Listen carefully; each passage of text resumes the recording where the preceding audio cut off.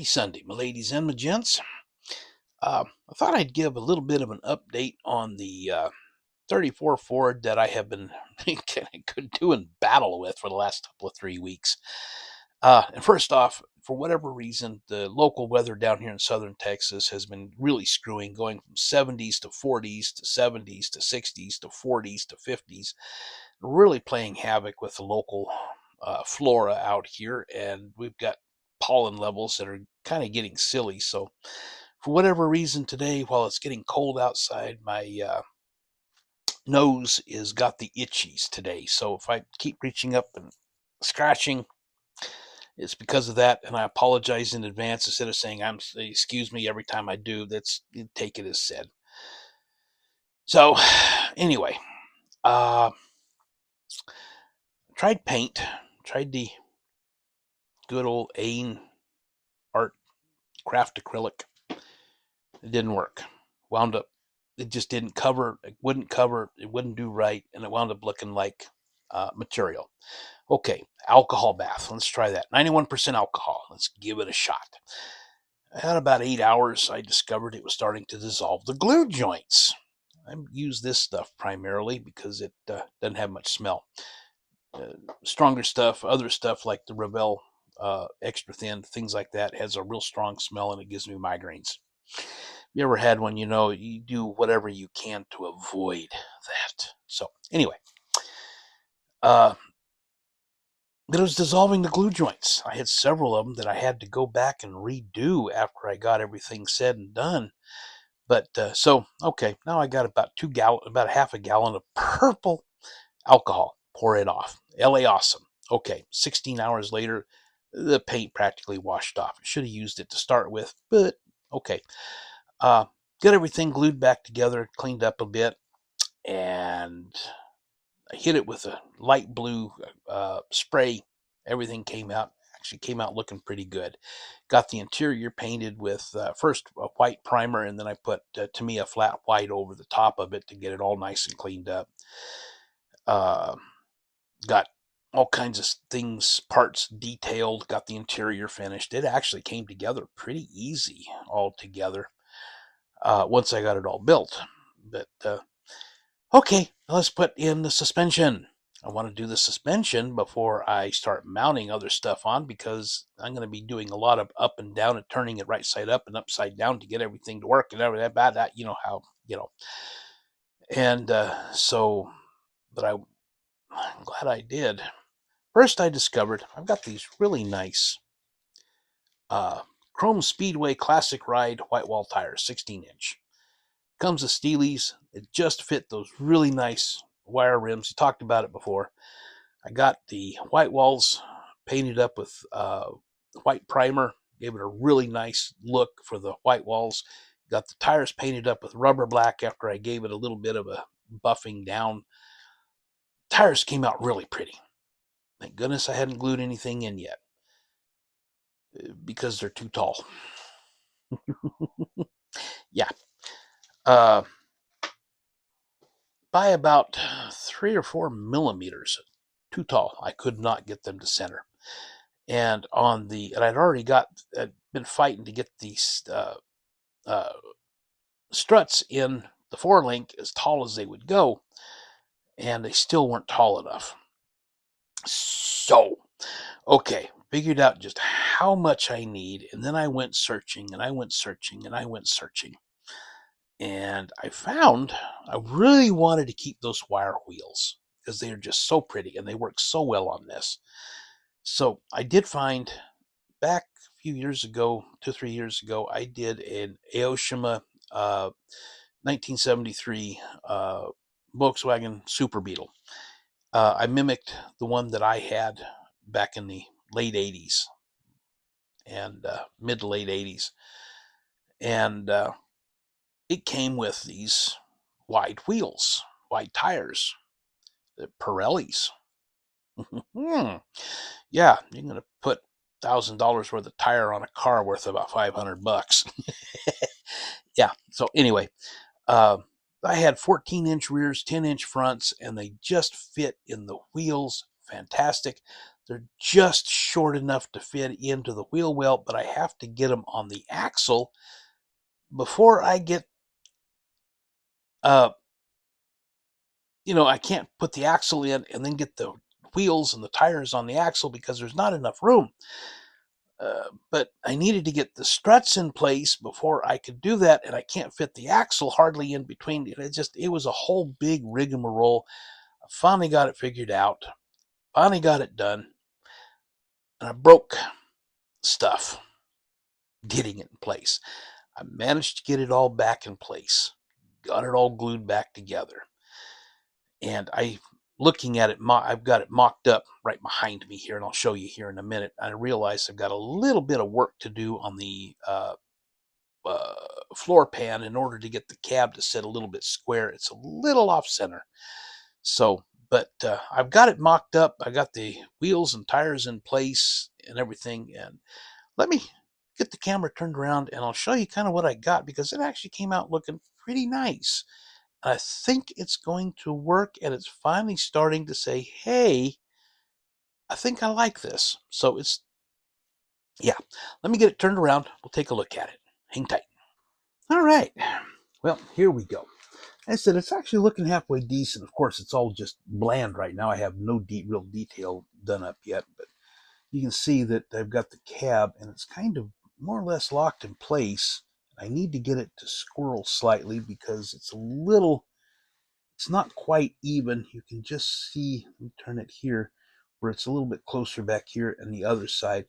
And what I'll do is I'll just take the interior and just kind of file down this end of it and make it where it torque a little bit.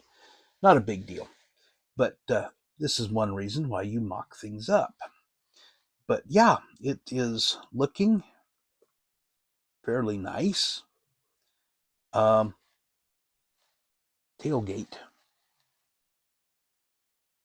Oop, that's upside down. Tailgate came out really pretty. A little bit of black, I think, back here on the little hose pieces for the chain protector. So mock up. Let me get this up a little bit where I can get two things. There we go. Now let me start pulling things out a little bit. You can kind of see some of the interior, and this will all actually work out once I start getting gloss on it, and a little bit of fine sanding and a little bit of gloss. But you can see that I've got some of this fairly well mocked up. I actually have the rear window in it. It just is clear.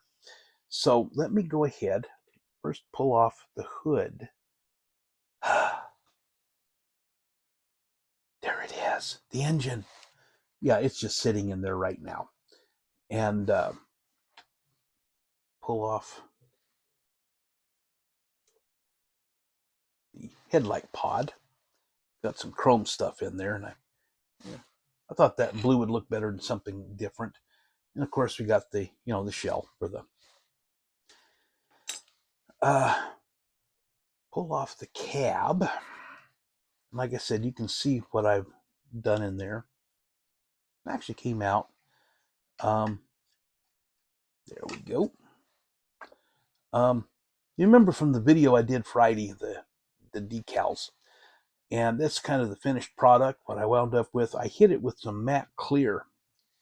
To me, a flat clear, and it really took that shine of the decals off and made it just really pretty. So, and of course, I added some seat belts, chain shifter from BCG,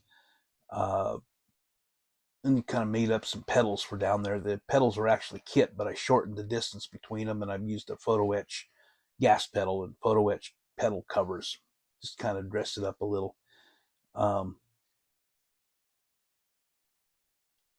a little bit of red in there. Not sure what that is. I have to take a look at that. Yeah, engine. Oh, I had a problem with this poor puppy yesterday. I was working on it and I dropped it and I shattered this header. I've only found that much of it. I don't know where the rest of it went. I've searched the floor, I've searched the bench, I've searched all around, and this is all that I found of it. That hurts. So I had another kit of the same engine. So I snagged a header from it and got it on, painted it up, got it on. Okay. Got the, had to drill out a little bit of the transmission shaft here to get the U joint in. And instead of trying, and it's kind of still tight. What did I break? Oh, the fan and alternator. Yep. Okay. Yeah, that's kind of been my. I've done things. Okay, that'll just take a bit of glue and some TLC, and I'll get it taken care of. Um, yeah, there's some of the belt. Get them all together. Yeah, that's been kind of what I've been doing. So, tonneau cover. I'm actually going to build a little hinge for that to hinge it up. So, here is the problem. You can see this is kind of how I'm going to leave it inside with the tonneau cover that goes up. Problem I found, and even this didn't quite come out quite straight on this side, but I wound up breaking that little guy off, which actually helped me be able to get things in place to be able to get the wheels and the tires on. And then in the midst of everything, I found out, oh no, I put a front tire on this rear wheel, and I had it all glued in place. And well, I'm going to see if I can sneak that wheel off of the tire off of the wheel. And I broke the wheel. I broke the shaft, the rear end axle. Well, okay, that made taking it off the wheel a lot easier. So I got it off the wheel, got it all put back together, and then I glued it in place. And because these actually touch the fenders, I just put a little bit of glue and kind of set it up there to kind of help support it. But yeah, that all kind of turned out. So